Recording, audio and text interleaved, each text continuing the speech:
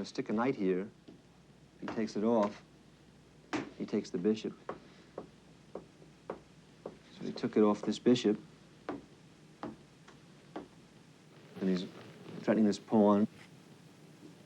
I don't think he took this right away. I guess he played here first. And now he took the bishop. Bobby Fischer is one of the greatest, perhaps the greatest chess player in the world. And now he took the rook. Bobby Fischer, United States, world title contender. Now Black surprised him with this move.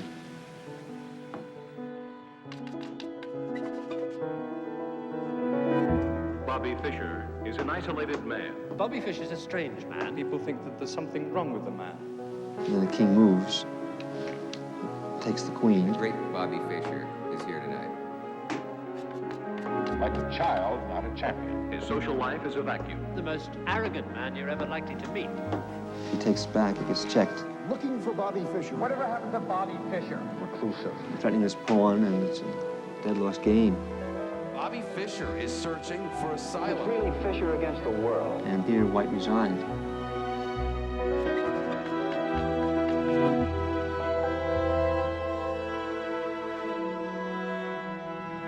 Bobby Fischer interview. Right. Try not to tense up. Bobby, you've given virtually your entire life to the world of chess. What about Bobby Fischer, the man? What's he like? I don't know, it's pretty, chess and me, you know, it's hard to take them apart, you know? Just like my alter ego, you know? I don't really do, But there are times when you get away from that chessboard. What do you do? I don't do too much at the most. See, I'm really, you know, tied up in chess. I intend to expand, but first I gotta get the title. That's basically.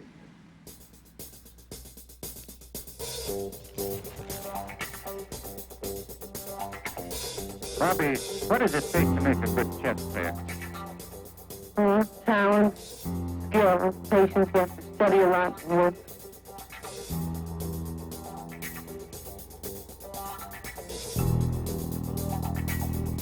What would your ultimate aim be? Well, I'd like to be a world champion and keep it for maybe 20 years or so. 20 years.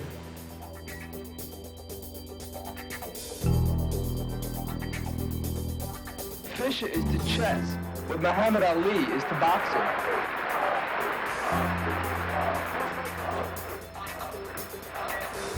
Would Fischer beat the Russian? Yes, Fischer will beat the Russian. Do you honestly think that you probably are the world's greatest chess player? Yeah, right.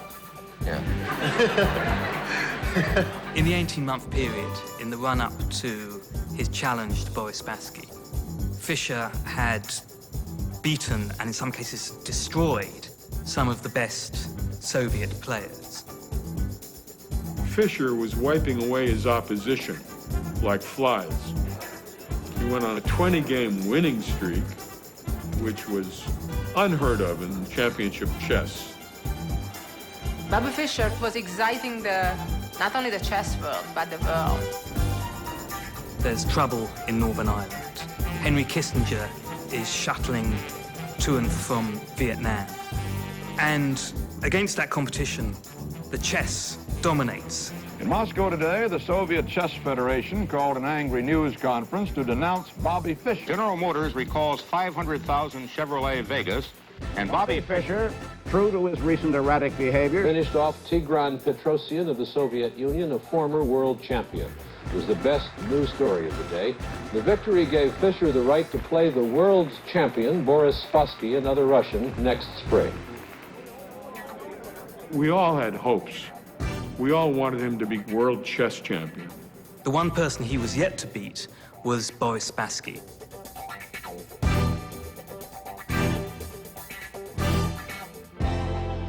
You've said it's your title the Russians are holding. You don't like the Russians. The Russians have cheated at chess. They've tried every way to avoid me, to avoid giving me a chance for a match. And they've slandered my name. And, you know, they're just dead afraid of me. They have been for years. That's the true story. And now you're going to get them? Well, now I'm going to try to get them, yeah. the Soviets had been winning these tournaments, and I thought it would be good for America, for democracy, to have an American winner.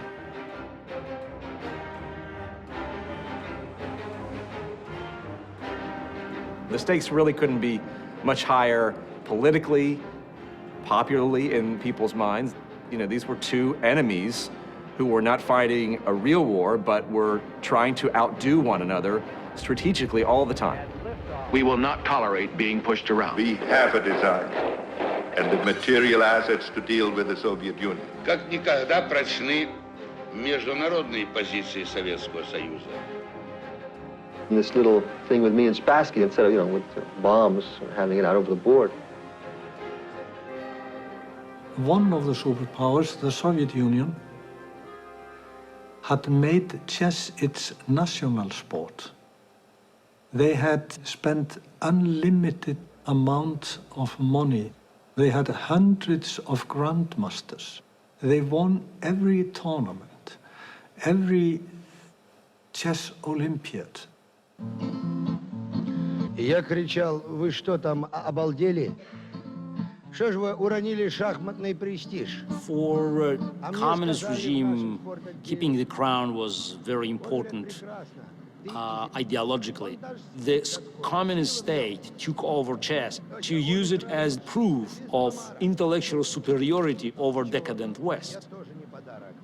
Everybody knew that the crown has to remain in the Soviet Union. Вы мускулы стальные, пальцы цепкие мои, эх, резные расписные, деревянные ладьи.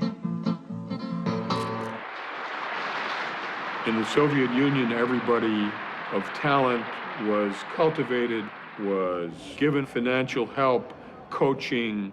All the top players were privileged people. In the United States, we didn't have any of that.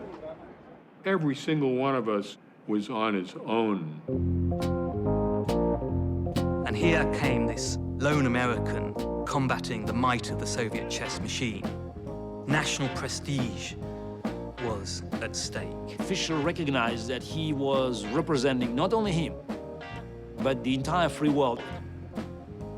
I think there was just too much on his shoulders.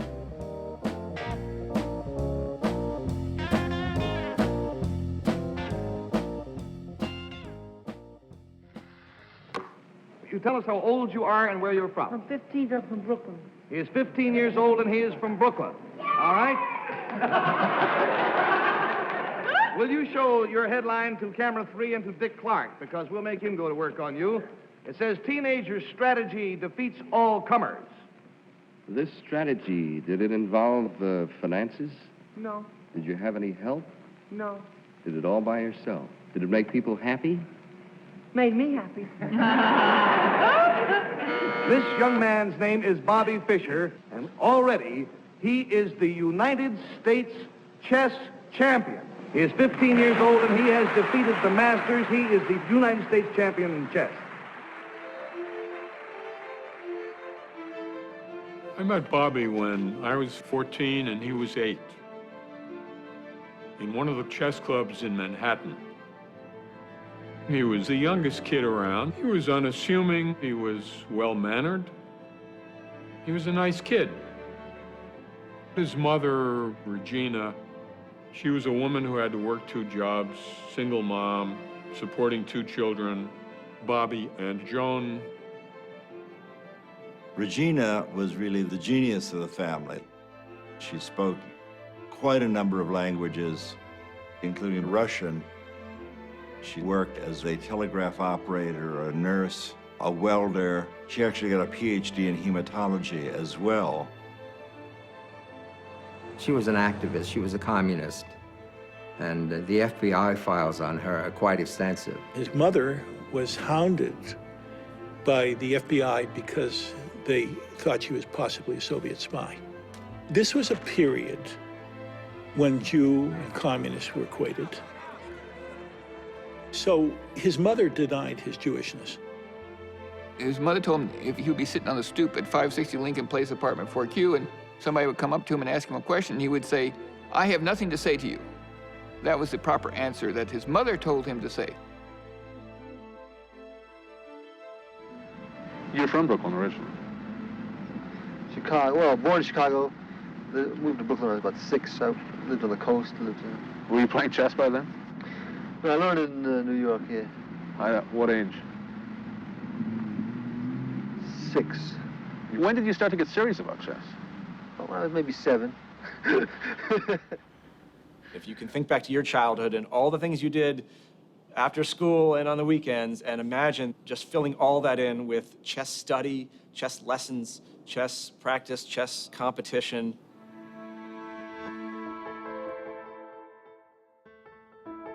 Sure, Bobby Fischer starts with a very exceptional mind. But genius is not only about a particular innate gift for X. Genius is about a desire to do X. It's about a willingness to sacrifice.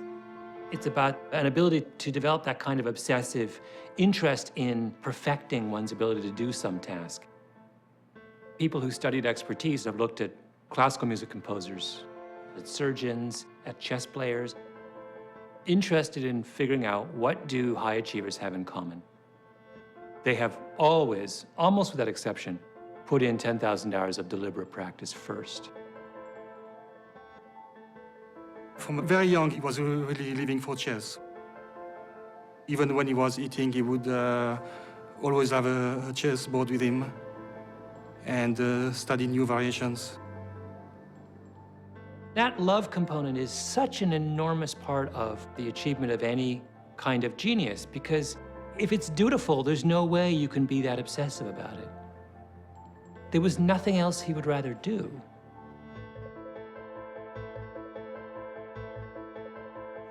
I started playing games with myself. I would make the white moves and the black moves, and just threaten his pawn, play through the whole game, and eventually I would checkmate the other guy. I almost always won. White comes out with the knight. Now he took the bishop. Brown. Then my mother started to get worried that it wasn't healthy to be playing chess by myself all the time. Now black surprised me with this one. Regina was so worried that she decided to take him to a psychiatrist. And the psychiatrist said, "Don't worry, there are worse things to be obsessed by than chess."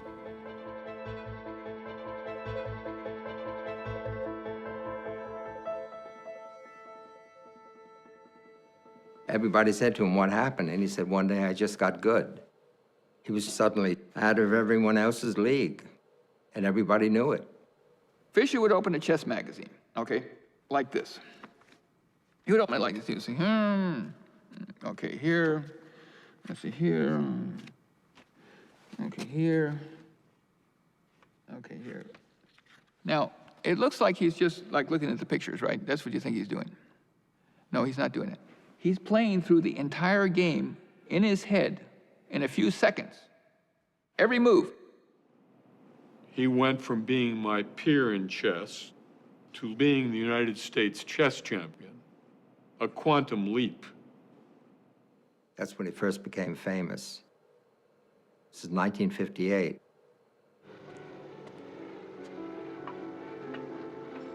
No chess player ever made much money in those days. And my father basically arranged an exhibition tour for him in which he went from city to city playing anywhere from 40 to 80 people at a time. And I don't know how much he got then, maybe $5 a board.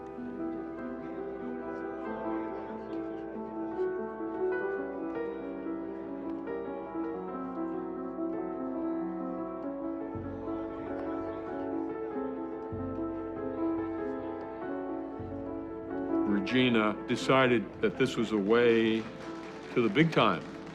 She'd call me up and say, "I want Bobby to go on Channel 2 on Sunday, and he won't do it if I ask him, so I want you to tell him."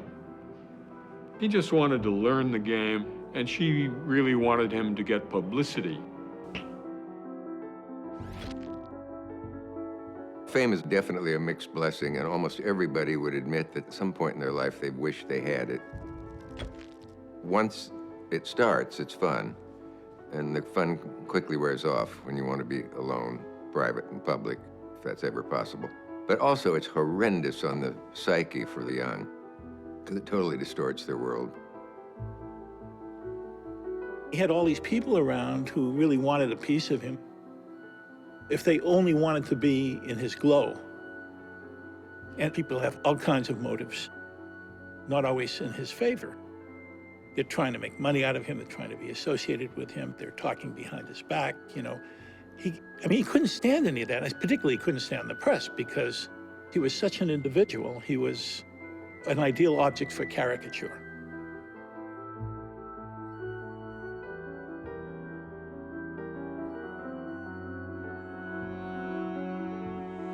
You watch television? No, not much. Very rarely. Why? I don't know. I read that you get little radiation from it. I don't know. I've talked with a few scientist friends of mine. They say you do. It's a fact. You do get a little, but they don't think it's dangerous. What kind of magazines do you like? Well, my favorite magazine is Confidential. I read that all the time. Why do you like that? It's got a lot of inside stories on things like water pollution. It's pretty interesting. I like read up on that. A lot of things that the government is concealing, you know. Fischer looked at the world his own way. I mean, Bobby was not socialized the way the rest of us were. Every idea he had virtually had to come through his own thinking. In these days, he was unusual, but he hadn't gone off the deep end yet.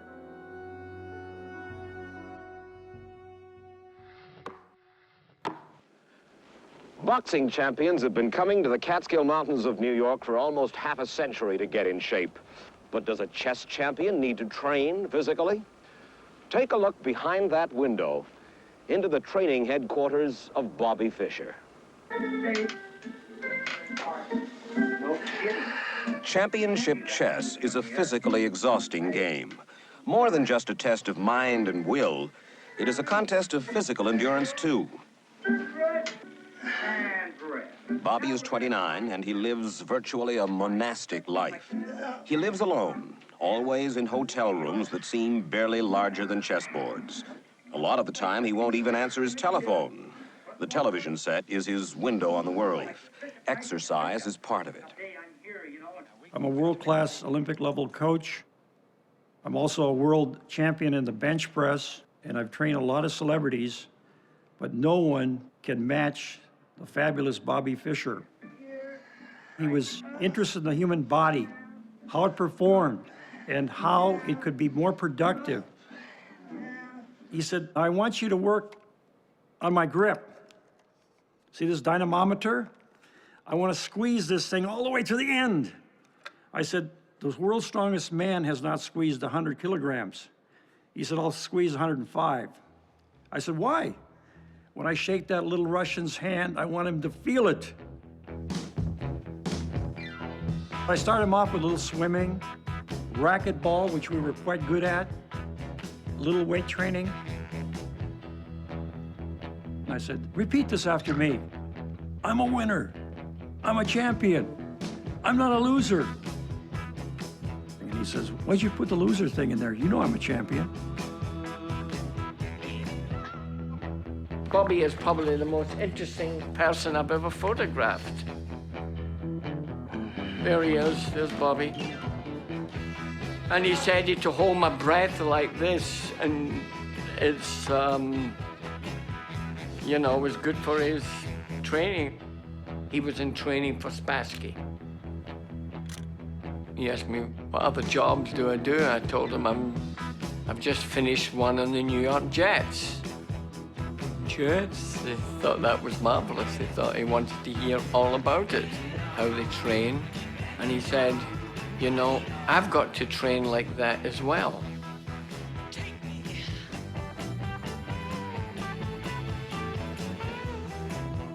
And he didn't mind anything I did. But it could have gone either way. He treated everybody else quite awful. Bobby Fischer is a stubborn young man. Sometimes he fights for principle, more often just for himself. He'll refuse to play a match because his special terms aren't met. And for the past month, he's been giving fits to the International Federation, too, Not enough money for the winner of the world title, he says. There was bidding on the match, and Iceland got it, I guess because they put up the highest bid. And Bobby didn't want to play. He said the country's too small. They don't have the facilities, they don't have communication. The International Chess Federation wants word by tomorrow morning from Fischer on whether he's agreeable to 24 games in Iceland, and Fischer is taking his time answering. You, as president of the Icelandic Chess Federation, are there times where you have been tempted to say, let's forget all about it? As you know, we are organizing a chess match, and our only wish is to enrich the chess world. They had all these lawyers, and they were raising demands all the time. But at the same time, it was never clear whether Fischer would come to Iceland. Some like the principal one was the prize money. And I said, we have already settled the money question, and we will not be ready to discuss that. There was a real possibility that the match wouldn't take place. One has to remember with Fischer that he dropped out of tournaments before. This was no bluff necessarily. He's going, he's not going. And then he told me he was going. He more quietly put his hand on my shoulders and says, I'm going to Iceland, Harry. You know, it was... So, and the next thing I would read in the paper would be, he's not going. Just the insanity of the situation. I mean, get that contract done. But Bobby wouldn't sign it. And then Bobby disappeared.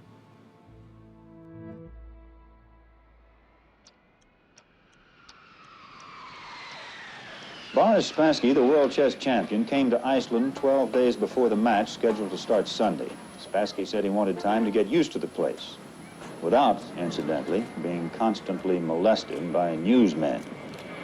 Bobby Fischer was also sensitive about being photographed, sensitive to the point that he kept not showing up.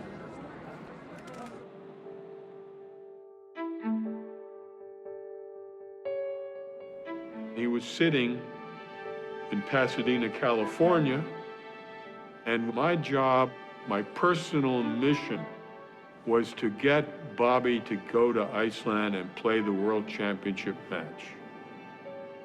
But I didn't see any activity. I didn't see any plane ticket. I said, Bobby, I have to go to New York. My dad is sick. Let's travel together. You'll be that much closer to Iceland. He said, yeah, I think that's a good idea, travel with a friend. Yeah, okay. I was getting him closer to where he had to go.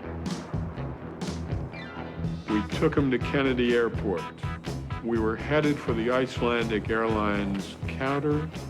Somehow, a Daily News photographer spied him, and Bobby started running. He wasn't just running, he was sprinting. I turned around and I stopped and I put my hands up. I didn't say anything. And Bobby kept running right out of the airport to the curbside limousine and got in and left the airport. Where to? Nobody knew. It was only 3 days before the scheduled start of the match. Chess history was in the balance. I said, you could stay at my parents' home in Douglaston, Long Island.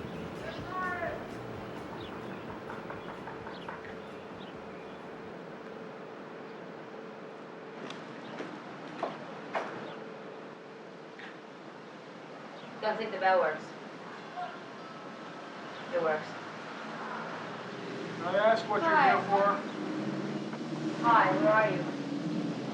What are you here for? Why are you in our driveway? Is there some reason why you want to be in our driveway? Oh, I guess you know what You know, you people spoiled everything Thursday night. Did. I suggest you don't repeat it, because it's going to be a very great tragedy if you do. Bobby was staying at Sadie's house. And Sadie's father was dying of cancer at the time. I don't know whether he told you that. And they were trying their best to get Fischer on that plane to Iceland. At one point, Sadie said, you know, my father's dying. And Bobby says, that's okay, I don't mind. You know, they could not dislodge him from that house. This was probably the most stressful week of my life. Are you Dr. Sadie? Yes, I am. Mr. Fischer made it clear that he would try to go to Iceland tonight. Did he express these thoughts to you? Made it clear to whom? We had talked to a few people, and they had the impression he was going. Everybody can have impressions, but the only person who knows what Bobby Fischer is going to do is Bobby Fischer. That's about all I really want to say. I see. I want you to all keep cool. At one point during his stay at our home, he simply said, it's over. I'm not going. Still no sign of Bobby Fischer. Today, the International Chess Federation postponed by 48 hours the start of the match, but it said if Fischer is not in Iceland by noon on Tuesday, he will be disqualified. Mr. Johnson, if I may ask, are you worried? No. And I just wondered if you've ever seen Mr. Fischer, if you have any proof that he actually exists. That's a good question. Yes, I think, gentlemen, we can agree on the point that Mr. Fischer exists. We were losing the whole thing. We had to get Fischer to come to Iceland. The Soviet Union had the feeling that the world chess champion was humiliated. They wanted to call Spassky back to the Soviet Union. Boris said to me, this is a very severe situation. You have to solve this on a higher level. Guðmundur Thorarinsson, I think he asked the Prime Minister of Iceland to call Kissinger. Fischer was very reluctant to go, and I placed a call to him, and I said to him, go. The United States of America wanted Bobby to go there and win the world title. By that time, James Slater, the British multimillionaire, had already doubled the purse. So Fischer's answer to Kissinger was, yes, I've decided to play. What finally did make you decide to go then? I feel that the prestige of this country is at stake. Some people have suggested this was psychological warfare against Spassky on your part. Did that figure into it? No, I don't believe in psychology. I believe in good moves.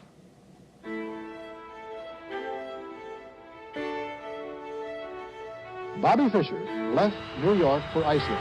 And what a scene that was on the morning of July the 4th. Nothing like this has ever happened in Iceland before. You try to describe the impact on the citizens here of Reykjavik.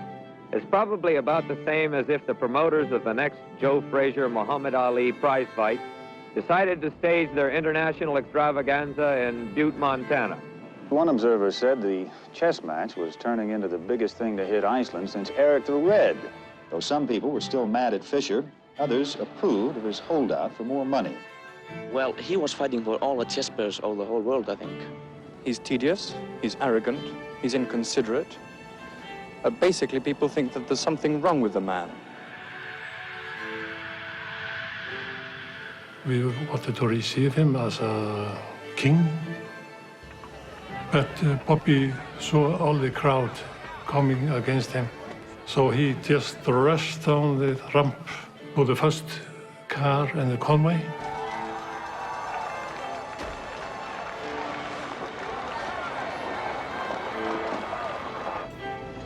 I became his private bodyguard. It was a big moment for me, you know. I was more of his friend than a bodyguard. He was quite a character, you know.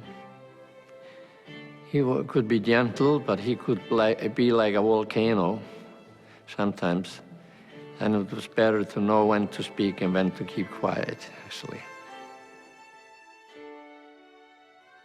Finally, Bobby showed up in Iceland. Now, is he going to really play for the World Championship? It's been a long road for Fischer to this game, and it'll be a long match at the end of that road. Both he and Spassky have to play 24 games. The match could last up to 2 months. Each game runs to 5 hours. The most intellectually exhausting battle known to the mind of man. The World Chess Championship.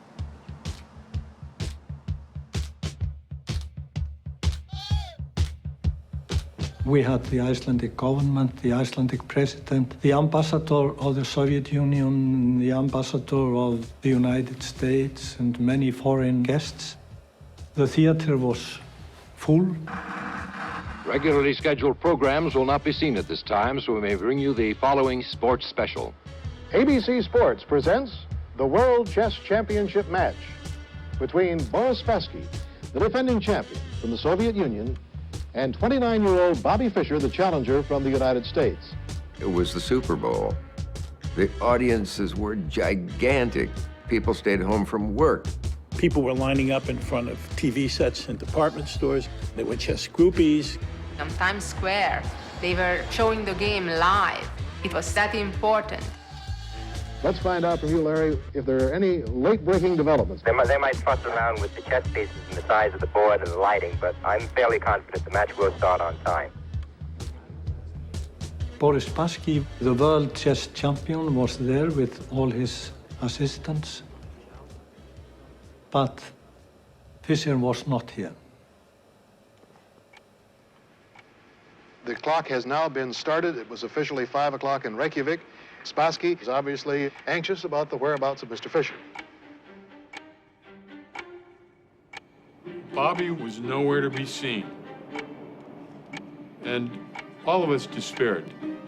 If Fischer doesn't show up by the time 1 hour has elapsed, he forfeits the game automatically.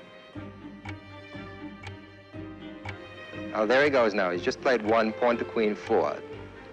You saw Spassky make his move, then he touched his clock, which turns his clock off, but turns his opponent's clock on. So Fischer's time is now ticking.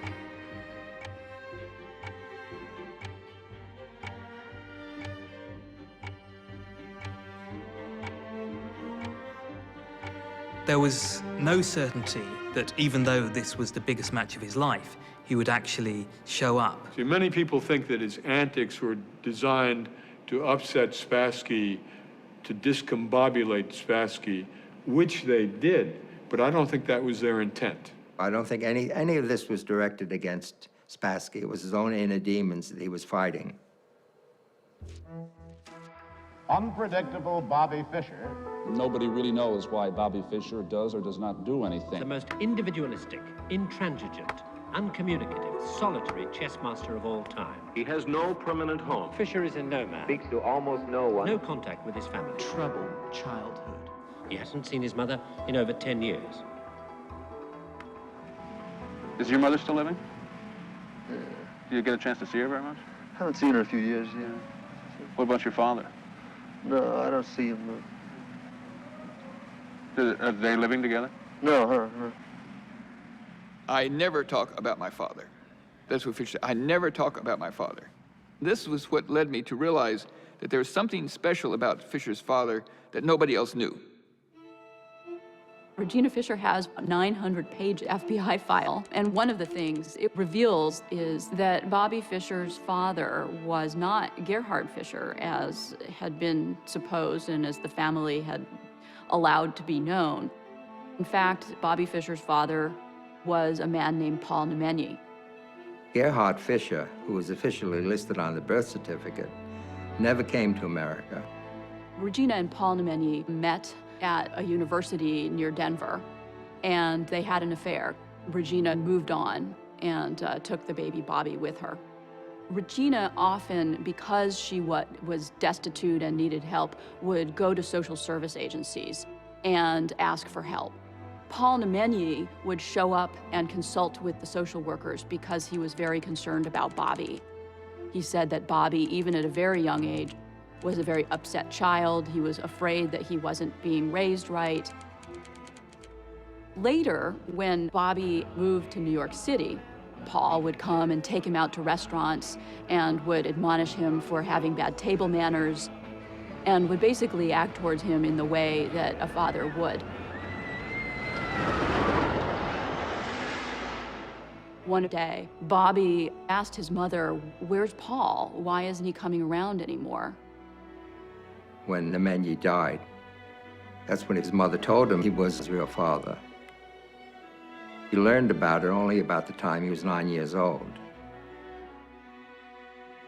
Chess to him was the ultimate escape, his single obsession.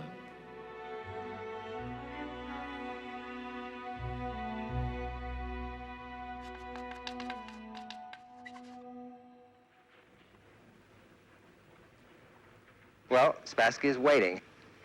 Right, and waiting and wondering whether Bobby will show or not show.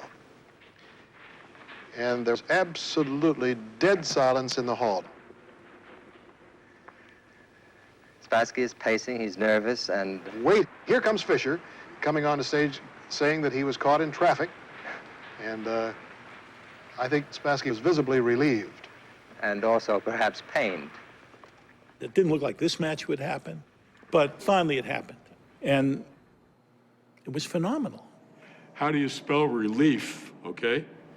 Now, for the first time, we're looking at Bobby Fischer, the man that 8 times has won the United States Open Championship. I remember saying on TV at one point during the match, I said, you know, we're really lucky to be alive at this moment when Bobby Fischer is playing Boris Spassky.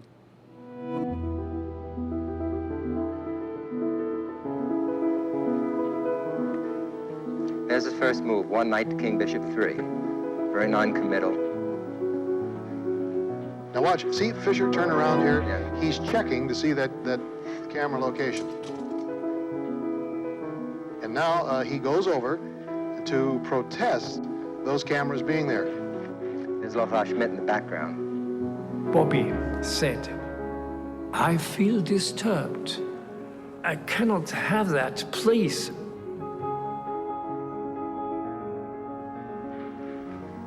Spassky remains serene and imperturbable throughout all this.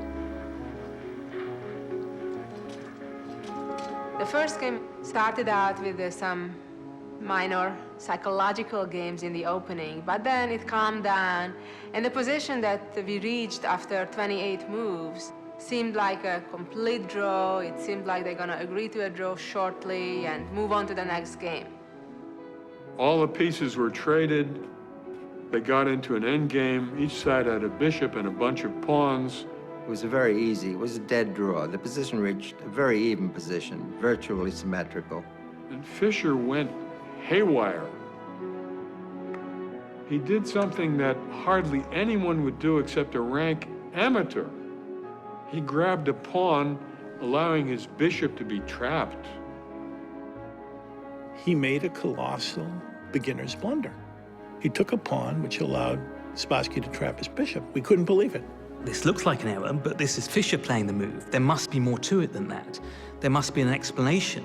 There must be some deep combination that we've missed. И думал, что в крайнем случае он все же ничьей добивается. Но он хотел показать Спасскому, что он готов с ним бороться. Вот и он пошел на эту борьбу. Но Фишер ошибся. Bobby saw 6 moves ahead here. When he made the move, he just didn't see 7 moves ahead. White can interpolate a move. He can play bishop to queen, too. Notice that cuts off the escape square. And then all that White has to do on the next move is play king to knight 2, and the bishop is lost. That was the shot heard around the world. It was inexplicable. I still don't know how that happened. Spassky won the first game.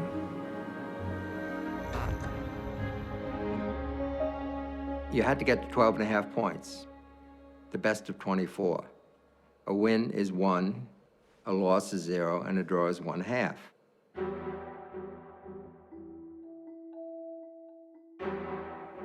He had an agreement that the cameras be quiet, and Bobby said they aren't quiet, and they disturb me. He claimed that the noise from the machines was so high that he couldn't, you see, he couldn't think or concentrate. I believe that, by the way. I think that he had hyperacusis, a medical condition characterized by excessive sensitivity to noise. Fischer said he would boycott the match until hidden movie cameras are removed from the playing hall. The promoters said the entire financial structure of the match depends on recording and exhibiting the play.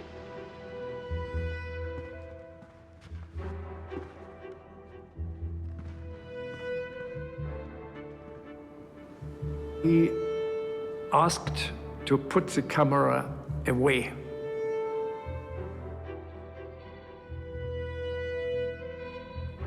He wanted me to clear the cameras out of the hall.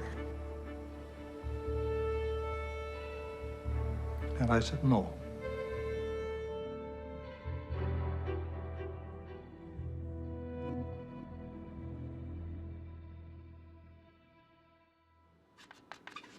You have to start in time. If a player is not present, you have, as an arbiter, press his clock.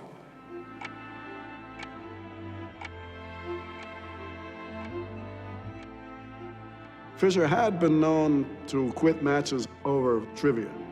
So we were afraid that he would just, run back home and would be the end of it.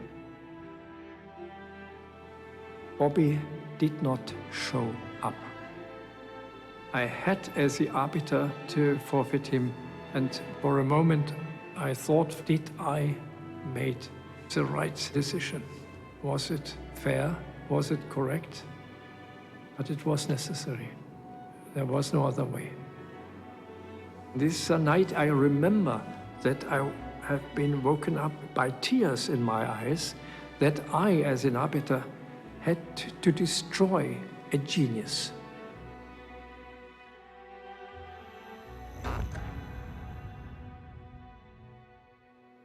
He was now trailing 2-0. It's very hard to make that up in a 24-game match. Half the world thought that's it. The match is over, he'll never come back. Why would he even bother trying, to come back from such a difficult situation?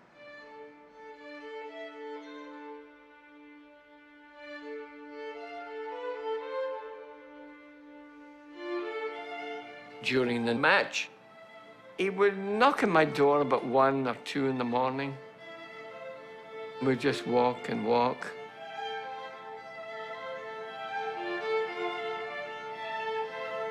And we would sit and look at the animals.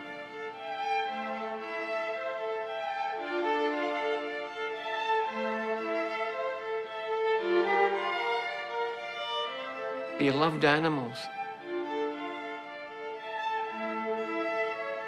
And he would talk, but he didn't like to talk about his childhood. It was a bad subject. He did tell me that, like, from the age of 2 or 3, he was left alone all day with his sister. The loneliness. Regina, for all of her gifts, was not a traditional mother.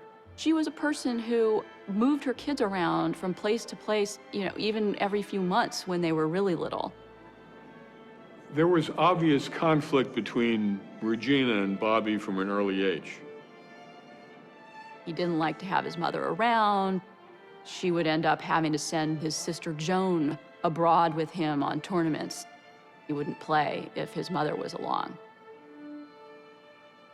Regina moved out of the apartment that he shared with her in Brooklyn when he was only 16 years old. He told his mom to leave, I don't know how politely, and she left. In a way, he rejected her because she was so like him, so pushy, so self-centered, so goal-directed. Maybe he was splitting off part of himself.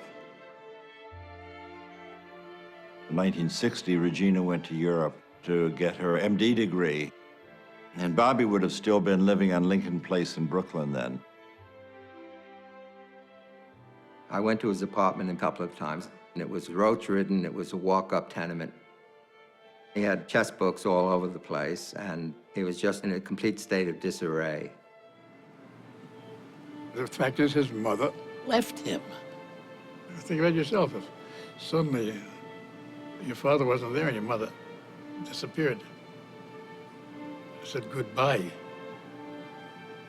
how'd you feel? What would have happened to you? Bobby is all chess. I don't play chess, and I don't pretend to speak for Bobby. But I feel that whatever I do here, whatever I say to help make the Vietnam come to an end more quickly, will help every son, every daughter in the whole world. 1, 2, 3, 4, sign the treaty, end the war. 1, 2, 3, 4, sign the treaty, end the war. 1, 2, 3, 4, sign the treaty, end the war. You're not going to believe this, Bill, but I'm inside of a wind tunnel about 12 feet away from where the players are playing. The problem, of course, is that Fischer has stated that he wants no noise, no disturbance whatsoever. Fischer said, well, I'll continue, but the third game has got to be away from the auditorium inside a sealed room. There's a little ping pong room in the back of the stage. And Spassky agreed. You can't change the location without both sides' permission once a match is started. He could have claimed the match on a forfeit. He didn't have to play in that packed room.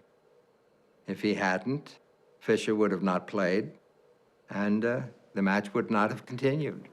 Bobby started again to quarrel. No, not this one and not that, etc. And Boris said in this moment, so I retire. I do not want this. This is too much for me.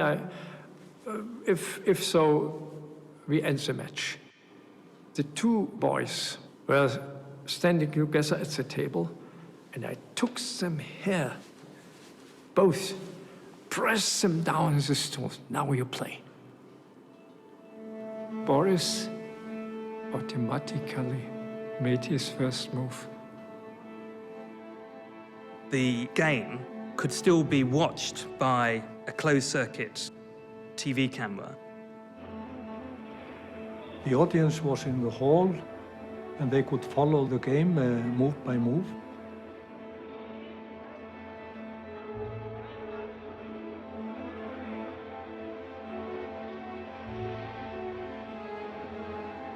In Game 3, Bobby played an opening, a defense he had never played before, the Benoni, which means son of sorrow. It is so risky, so fraught with danger that whenever you play that, you're simply saying, we're not going to make a draw. This is win or lose. This is a fight to the death. Bobby moved his knight to the edge of the board. There's a saying in chess, Ein Springer am Rand bringt Kummer und Schand. A knight on the side I will not abide. It was against principle. It's not considered a good idea because the center of the board typically is the most important battleground, and that's where we want to position our pieces, or at least in a way that our pieces attack the middle of the board. Not only did he move the knight to the side of the board, but it also could have been captured by a bishop, and he would have had a very ugly-looking double pawn way over on the side of the board, which it was very unaesthetic, let's say. Spassky is literally sitting on the edge of his chair, which seems a little more relaxed than Spassky, but Spassky is very tense. More tense than you've seen him? Yes. I think he feels that he may be He may be what? maybe losing the game. I see. Spassky obviously hadn't spent that much time studying this kind of position because the idea was relatively rare. So that put already Spassky in a difficult psychological position. Spassky did not find the best continuation and was consistently outplayed until Fischer won his first game of his life against Spassky. He was on the scoreboard.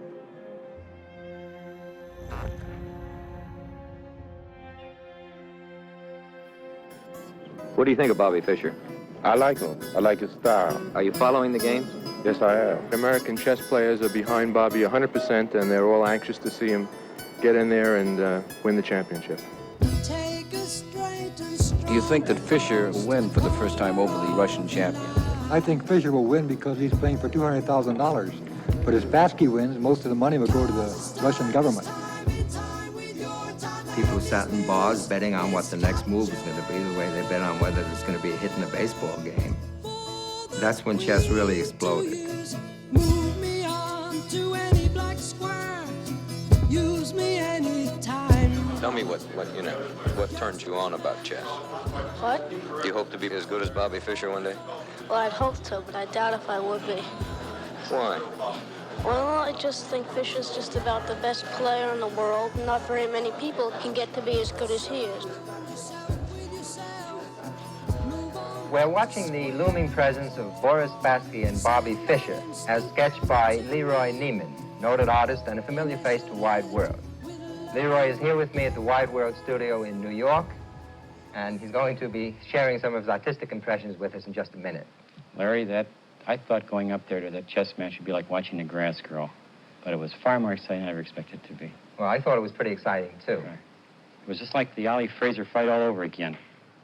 This is Bobby Fischer leaving the hotel for the fight like a matador leaving the Palace Hotel in Madrid.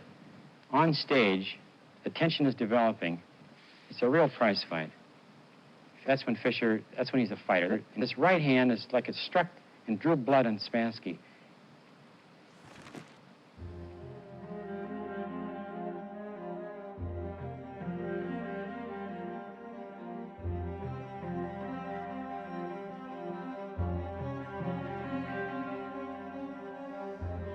The score was even. 2.5, 2.5. Spassky was not himself.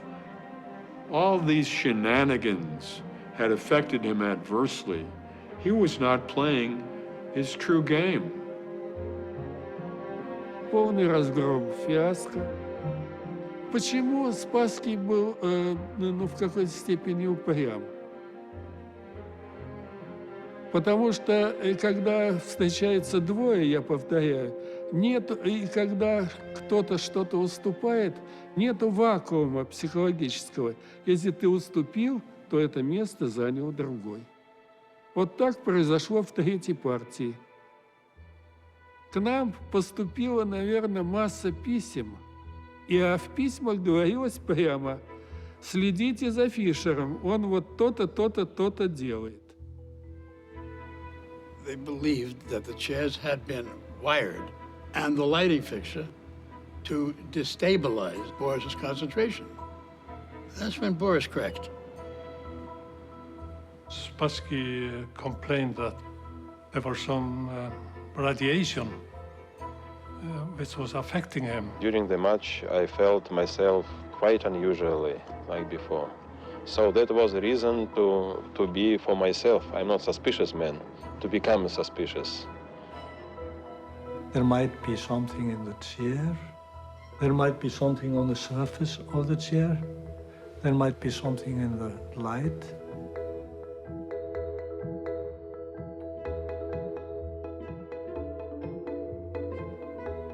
They inspected the chairs and the lights to see whether the Americans were up to some kind of hanky-panky.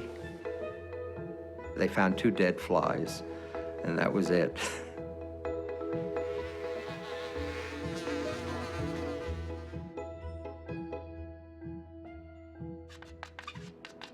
Game 6 is very celebrated. It is probably the most reprinted game of the entire match. It was like a symphony of placid beauty. Right on the first move, Bobby Fischer came up with a major surprise to the entire world. He almost always starts the game with moving the pawn in front of his king 2 pawns up with e4. Что он был очень постоянен. Ел манную кашу и яйцо всмятку и чашку кофе, то он продолжал это в течение многих лет. То он из турнира в турнир продолжал это играть. And in this game, everybody's shock, he started with the English opening by playing c4. Spassky's preparation was out the window. I'm sure he prepared for many things, but not this. Fischer did not play his usual game. He played a different kind of game, a placid, positional, slowly building up game where he deprived Spassky of mobility, pushed him back where his pieces could not do anything. It was just a beautiful game. I don't know what more can be said about it. It was just a model of precision. It was such a beautiful game that when the crowd applauded at the end of the game, Spassky himself stood up and applauded Fischer. On his way back to the hotel, Fischer said, "Did you see what Spassky did?" He said, "That's a sportsman. He's a real sportsman."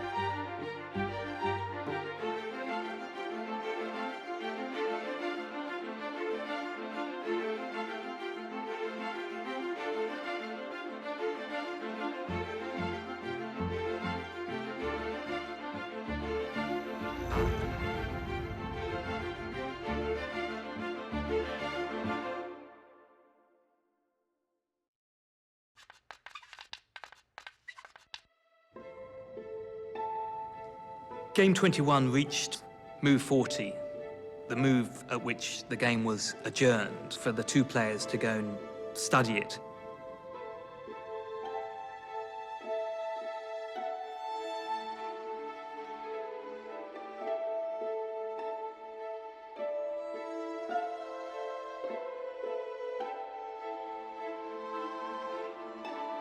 This is NBC Nightly News, Friday, September 1st. Good evening. We'll have more on the developments in the Watergate bugging case. We'll hear George McGovern talking about tightening up his campaign organization, and we'll have a look at the new unemployment figures. And first, Bobby Fischer. Today was the day when Fischer and the Russian champion, Boris Spassky, were to have finished the 21st game of the World Championship, a game they started yesterday. But Spassky, after what must have been an agonizing night spent analyzing his position, didn't even show up to play.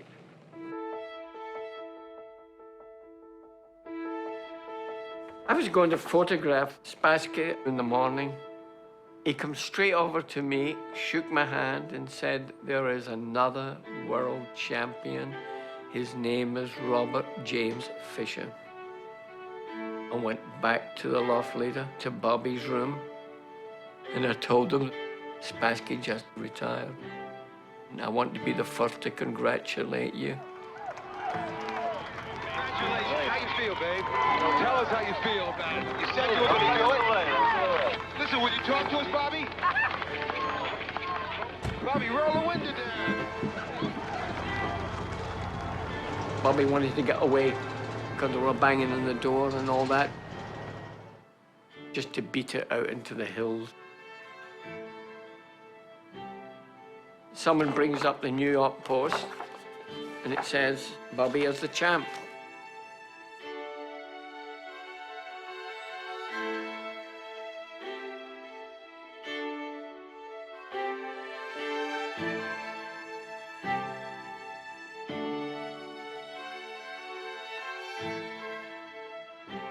His mother had said to him when she saw she couldn't separate him from chess, she said, "Okay, go play chess.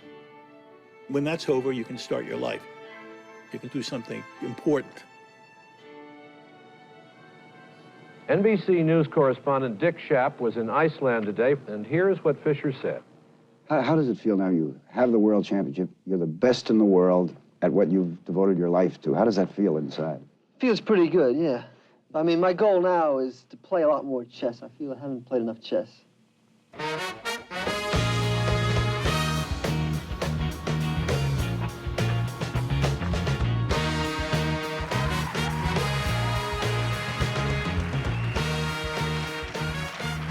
How did it feel inside? All this between the mayor, or did you ever thought of anything like that? No, I never, thought this was going to happen with chess. I just hope this keeps on.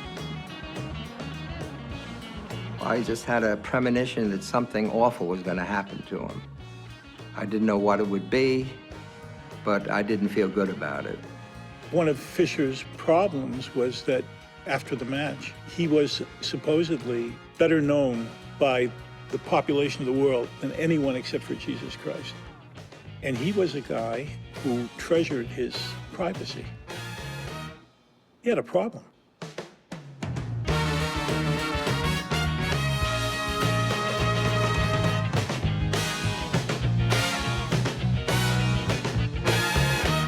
The entire world knows the name Bobby Fischer by now. Was it a letdown after it was all over, Bobby? I mean, it was, well, there must have been a tremendous... It was. I woke up the day after the thing was over, and I just felt different, like something had been taken out of me.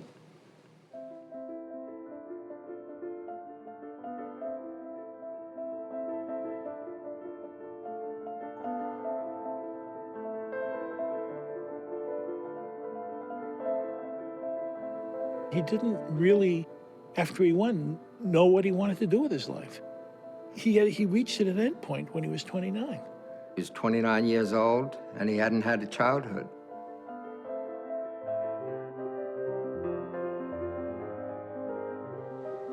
Well, is it not true that the chess masters are always young men, and that they don't last? That's been true, generally speaking, but there are exceptions. Steinitz, who was 63 when he was world champion. But you're in a fortunate position, because most of us in life, no matter how successful we think we are, we still have to do what other people want us to do, just to hold jobs. But you don't have to hold a job, or do. You're on your own. It's a unique position. That's right. You can't say, well, if Fischer won't come, we'll get some other chess genius who's the best in the world. Bobby Fischer, the world champion chess player, has until midnight tonight to decide whether to abide by the international rules of chess or give up his title. If Fischer defaults, the title would go to the challenger, Soviet Grandmaster Anatoly Karpov.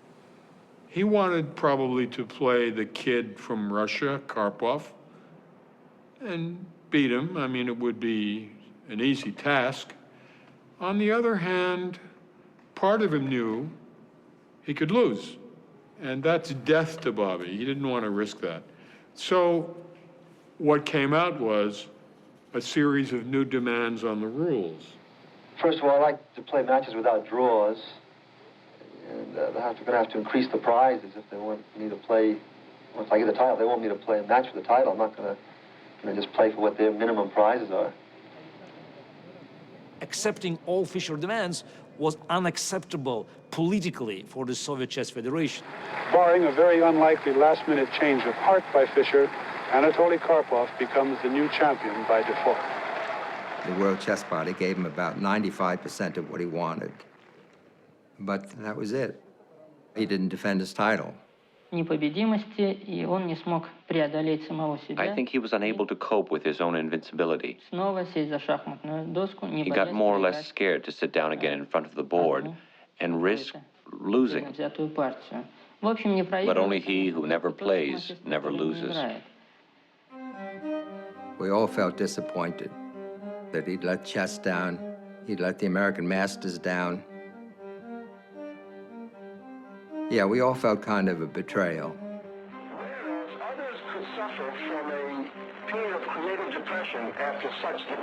I went out to California on a job, phoned Bobby, picked him up in Pasadena, where he was staying, some cult place he was staying. I've had so many bad experiences And he would talk about nuclear disarmament, our capabilities, his ICBMs and that, you know. And that would go on for about an hour and a half. Just what is the Worldwide Church of God? Bobby had been involved with the Church of God since 1962. And after he won the championship, the church was providing him with a place. The Worldwide Church of God was a group of people that believed in fundamental principles of the Bible. Some people would probably call us fundamentalists. That will bring on the great tribulation, and that will end in the second coming of Christ, the end of this present civilization. Basically, a sense that there was an impending coming Christ, and we need to prepare for that particular second coming. I told him it's all a bunch of hooey, but that's what he chose to do. I have warned you may be living in the time in which you will see. I went to his apartment in Pasadena. It seemed to me pretty hopeless. He was extremely depressed. We would get into these long discussions about the Bible. Why are we here? What are we doing here? What is life? Power and strength under the beast. That's when he started to go haywire. He felt that he was being influenced by these Russians, and he also was scared of the Mossad, Israeli secret police. He felt that he could be easily spied upon through radioactivity and through other means, fillings. He thought maybe the Russians could send signals here. Phones. Tinfoil over the windows. Media, radioactive. This is paranoia. We tried, as church members, to bring him in to a little more of a normal life. I think he turned against the Worldwide Church of God when one of its prophecies patently did not come to pass. That in the last days, at these times right now in which we're living, perilous times shall come. Fischer felt betrayed. He wrote a pamphlet attacking the church and Armstrong, its leader, saying that nobody should ever control your mind. I was never a member of the Church of God. Absolutely not true. It's a lie. As he denied God, he began to get worse.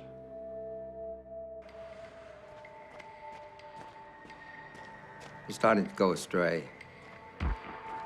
He started reading the protocols of the Elders of Zion, which he mentioned to me, and I said, that book is a forgery, and it's a hoax, and it's a bit of anti-Semitic propaganda that even Hitler used. Protocol number 1. What has restrained the wild beast we call men? He got into all these doctrines. What has influenced them heretofore? The Illuminati, all these different people that were going to take over the world. Protocol number 9. Merciless revenge and bitter hatred. From us emanates an all-embracing terror.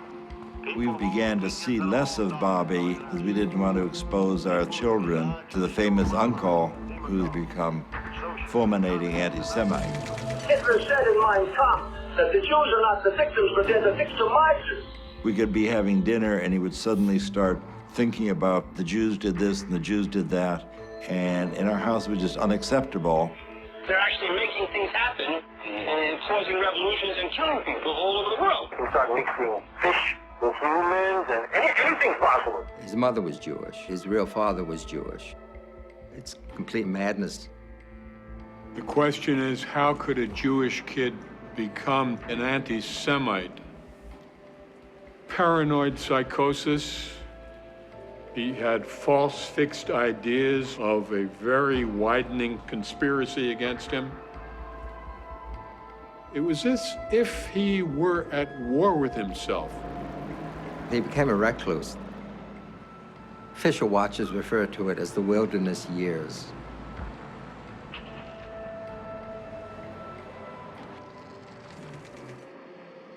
Where's Bobby these days? Oh, Bobby's at home. We're in New York.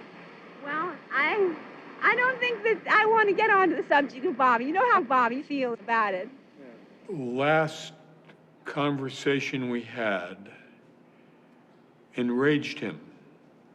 If you don't play chess, there will soon come a time when no one will ask you to play chess. He thought that was unacceptable. And that was the end of our relationship.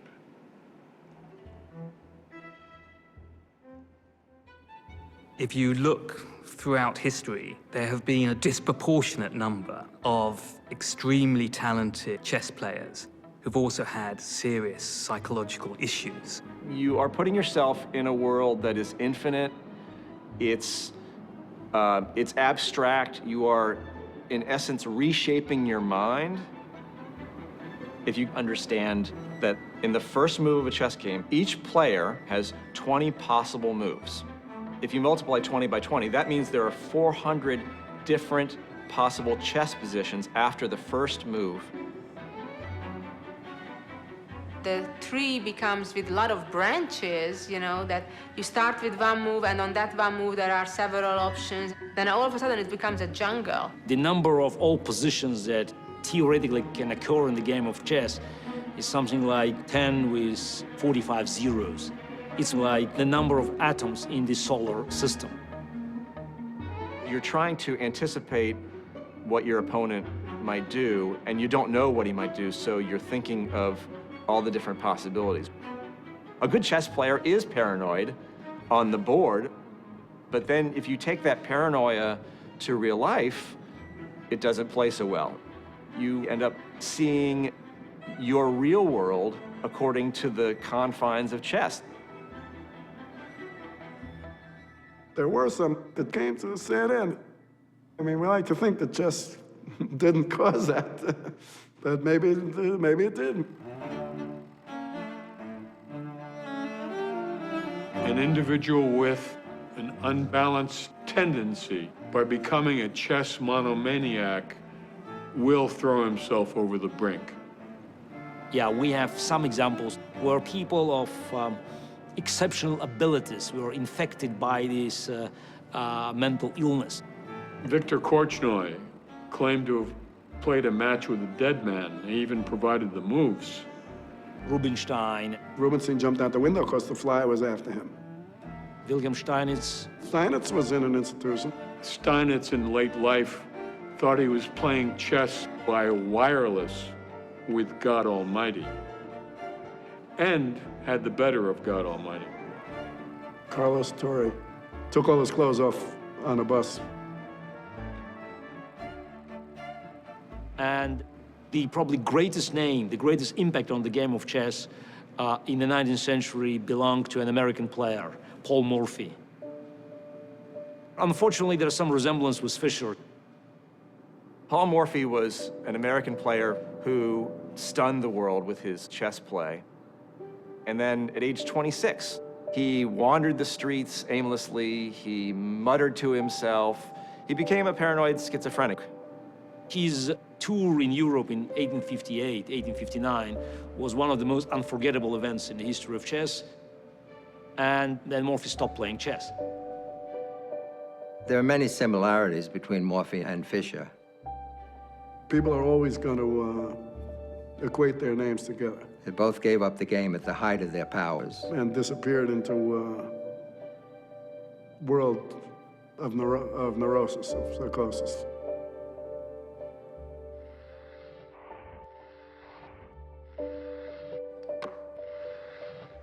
Where did Bobby Fischer go? What happened to Bobby Fischer? He spent countless hours prowling the streets where he's been known to roam, looking for him at chess clubs where he's been known to play.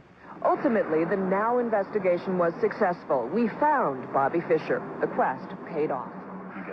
In 1990, he shows up in Pasadena, a little on the heavy side. He's handing me this letter. Mr. Fischer, you are the Mozart of the chess world. I want you to get back into chess. Her name was Zita. I wonder what she looks like, Harry. All of a sudden, he's romantically entwined. She got him off all of his rationalizations why he couldn't play chess anymore. And she set up the tournament. After many false alarms, it was a 19-year-old Hungarian chess player, Zita Reiksani, who brought Fischer back to chess. Do you think he's still as handsome now? What do you think? As a result of their meeting, Zita rushed off to arrange Bobby's comeback. The chess world was shaken today with news that an old legend lives, apparently ready to risk himself in public again. Headlines around the world announced he'd signed a contract to play a rematch with his old Russian rival from Iceland, Boris Spassky. I was in the chess world. Everybody's waiting for him to play for 20 years. I mean, month after month, year after year, there are these stories. He's negotiating this. Someone's trying to raise this for him. He wouldn't play. Finally, he plays. He was playing in Yugoslavia against Spassky. It was trumpeted as a return World Championship match. This is a typical question from Mr. Roger Cohen of the New York Times. If you beat Spassky, would you go on to challenge Kasparov for the World Championship? Can he read what it says behind here?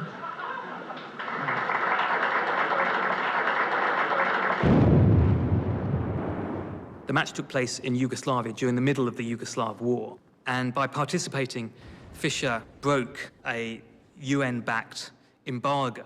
The U.S. government sent him a letter and said, don't play. If you do, you're going to go to jail. This is my reply to their order not to defend my title here. That's my answer. The match of 92, in my view, had no chess relevance. They played a very decent chess, but it was chess of 1972. It's like watching two old boxers come back into the ring for one last payday. A slightly sad affair where both players are clearly past their best. Both Fischer and Spassky are shadows of their former selves. He won and won several $1 million, but was declared a criminal for having taken part in the match. Today, a federal grand jury here in Washington charged Robert James Bobby Fischer with a criminal violation of the United States imposed sanctions on the Federal Republic of Yugoslavia. Fischer faces up to 10 years in prison, and the millions of dollars of proceeds of the chess match are forfeitable to the United States. Bobby Fischer, like anyone else, should be held accountable for his actions. The cost was very high. I mean, he lost his country, he couldn't come back, he was indicted. A lot of people questioned the validity of this indictment, but it was a law, so Fischer broke the law.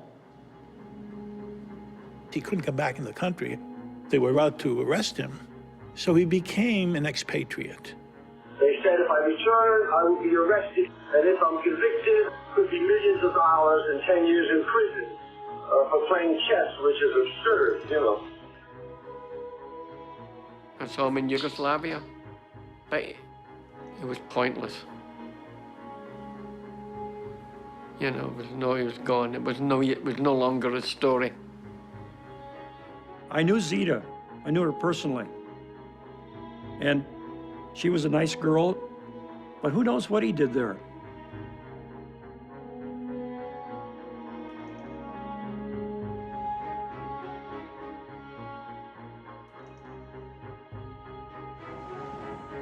Joan had gone to Hungary in 1995 to visit Bobby when he was staying in Budapest. That's the last of our family who'd seen him. Regina died in '96, and my wife Joan died in 1998 from a cerebral hemorrhage, no forewarning at all. Died within a half a day. It was a tragedy. His mother dies, his sister dies. Bobby was stripped of any family support that he could hope for. And when he was a man without a country, he got worse and worse. 我们来看这条震惊世界的消息。北京时间今天晚上8点30分左右。 This is all wonderful news. It's time for the fucking U.S. to get their heads kicked in. It's time to finish off the U.S. once and for all. This just shows you that what goes around comes around, even for the United States. He felt that he was above politics and could say whatever he wanted to say, And George Bush says, no, you're not. I can grab you wherever you are. United States citizen Robert Bobby Fischer has been detained by Japanese authorities on alleged immigration law violations. I got a collect phone call from Japan. From who I said, or she said, Bobby Fischer. 22 years, I haven't heard from him, not anything. But he must have kept me in the drawer or something, so I was not completely forgotten when he needed me. And I went to Japan to get this man out of jail.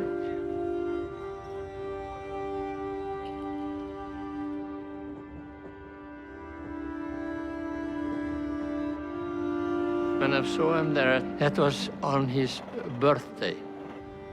He asked me if I could help him out, you know. I said, I will see what I can do.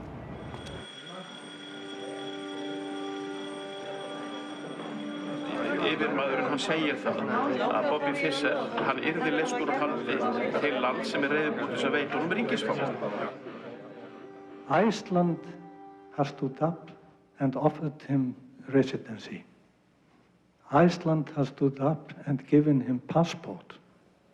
At the end, we, this small nation of 300,000 people, intervened and went against the United States and Japan, the two strongest economies in the world, and got him to Iceland.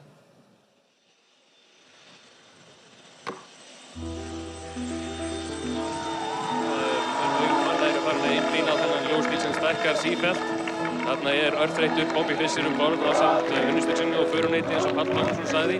Hann verður flaut. Welcome to Iceland, Mr. Fischer. How does it feel to be home? Great. You're getting quite a hero's welcome. Did you expect this? No, I didn't. We've got a car waiting for you.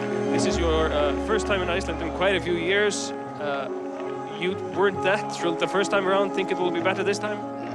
That is not true. I never... You mean I didn't want to play here originally? Yeah. I'll explain all that. That was all a CIA setup. I'll explain that someday. We look forward to that. Bobby Fischer, welcome to Iceland and thanks for talking to us. Have a good night. Bobby Fischer fyrir Íslandi og hefur ekkert á móti þessu.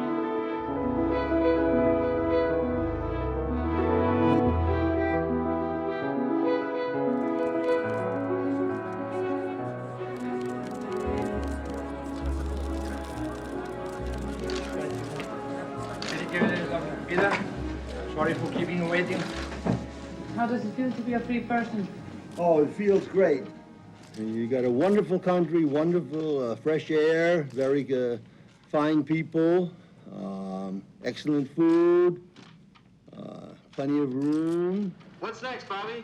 I still want to do a book showing how the 1984-85 Karpov-Kasparov match was prearranged, move by move. They're all saying, oh, Fischer didn't write the book he said he was going to write. Yeah, but they don't say that they stole all my file on it. They don't say they stole several big moving boxes full of books that took me years to accumulate. What is your name? Jeremy. Jeremy what? Schaap. Your father was Dick Schaap, you were telling me last night? Yes, exactly. Yeah, I knew him, yeah. He rapped me very hard. He said, I don't have a sane bone in my body. I didn't forget that. His father, many, many years ago, befriended me. Took me out to see, I don't remember what. Knicks games. Knicks games, and you were 12. Acted kind of like a father figure.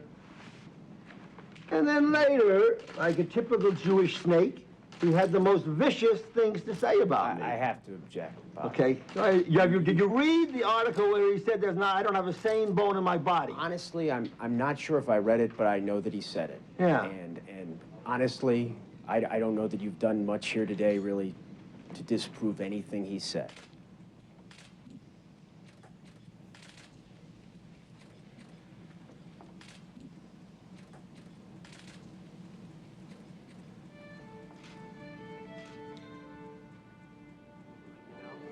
I met Bobby after he came to Iceland. His existence was a very lonely one. He gradually In Iceland, like everywhere else, he alienated people with his behavior. I had one huge safe. We just walked around the pond downtown Reykjavik, and we talked, and we had coffee together, and then I met him a few times when I ran into him on restaurants, etc. The U.S. didn't give a damn what their opinions were anymore. Their role was over. Now the bomb belonged to the government. Do you understand? This is. And they were shocked. They didn't believe it. Listen to me. If we are going to have a fucking conversation, all right? Yeah, then this cannot be a monologue. Right? He could not tear himself from the topic of the evil nature of the Jews and the evil nature of the United States or the evil nature of nuclear power. He talked about this relentlessly, and you really couldn't pull him out of that discussion. It was not just that he was talking about it. It was also the obsessive, compulsive nature of the discussion, the relentless nature of it. You don't see how fucked up the world is. That's a form of insanity. The last time I ran into him, I turned him away from my table because I had gotten enough of him. Most of us think within relatively narrow boundaries, but occasional individuals manage to get outside of the box. Those are the people who make new discoveries. Those are the creative people. But occasionally, it is difficult to get back into the box. When the king moves, takes the queen. His genius. He's gonna stick a knight here. And his illness are joined at the hip. And now he took the rook. I don't think that Bobby could have been as creative, as extraordinary, without being extraordinary in other aspects. And that aspect we call a disease. So the whole game's collapsing here. That's where he resigned. I don't consider myself to be a genius at chess. I consider myself more to be a genius who just happens to play chess. You understand? So I could be doing I could have done and I can do any number of other things, you know? You know, I always wanted to write some songs. I was telling Evans, Larry Evans, this was back in the 60s, I remember. I said, you know, I listened to all these songs, and I wish I could write that, but I try to write something, I try to think of something, and I just, nothing comes out. And he says, yeah, because you haven't lived. He says, and I started thinking about it, he's right. My test library, all my other regular library, all my personal correspondence, all my chess sets, all kind of stuff, everything is stolen, everything, all my chess library. He died from a psychiatric illness. He did not want to accept treatment for benign prostatic hypertrophy. He refused dialysis, I understand. Probably could have prolonged his life if he'd taken it. I was able to get him a photograph of Regina and Joan to have with him, which is what he had with him in the hospital when he died. Reportedly, Fischer's last words were, "Nothing is so healing as the human touch."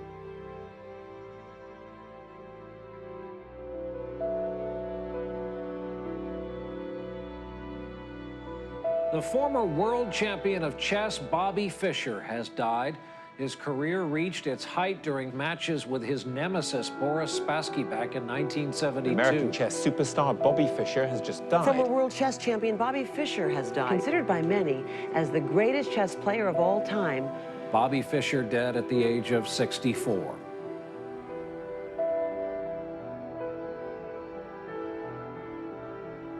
Just his games, that's his monument. His games. If you love an art, let's say you love painting, imagine if Picasso had died after only 5 years of work. All the rest of his works had never appeared. This was a tragedy for the whole chess world. He did it all by himself. He penetrated the secrets of chess in this shabby Brooklyn apartment.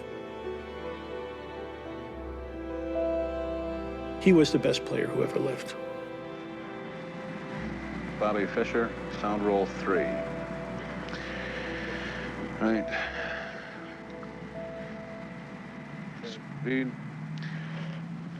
Bobby, you've been playing this game since you were 6 years old and playing it very seriously shortly after the age of 6.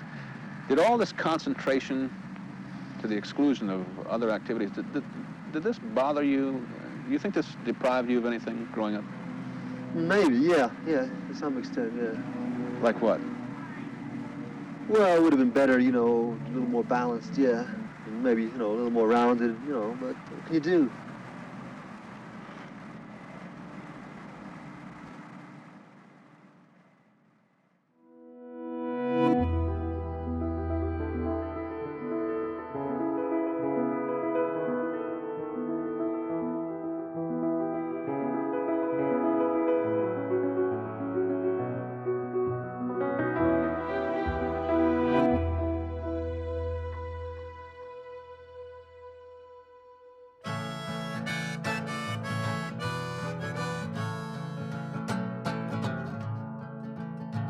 We're in New York City, summer sweat, and the boys are rolling their cigarettes.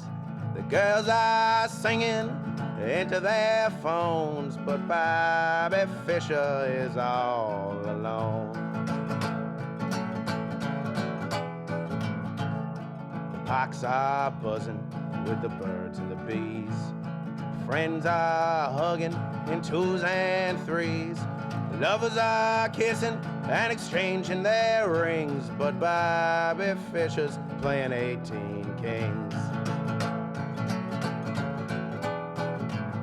They're screaming and crying at the YMCA. Bobby, Bobby, why'd you go away? His mother is whispering wide and low. Bobby, Bobby, where did you go?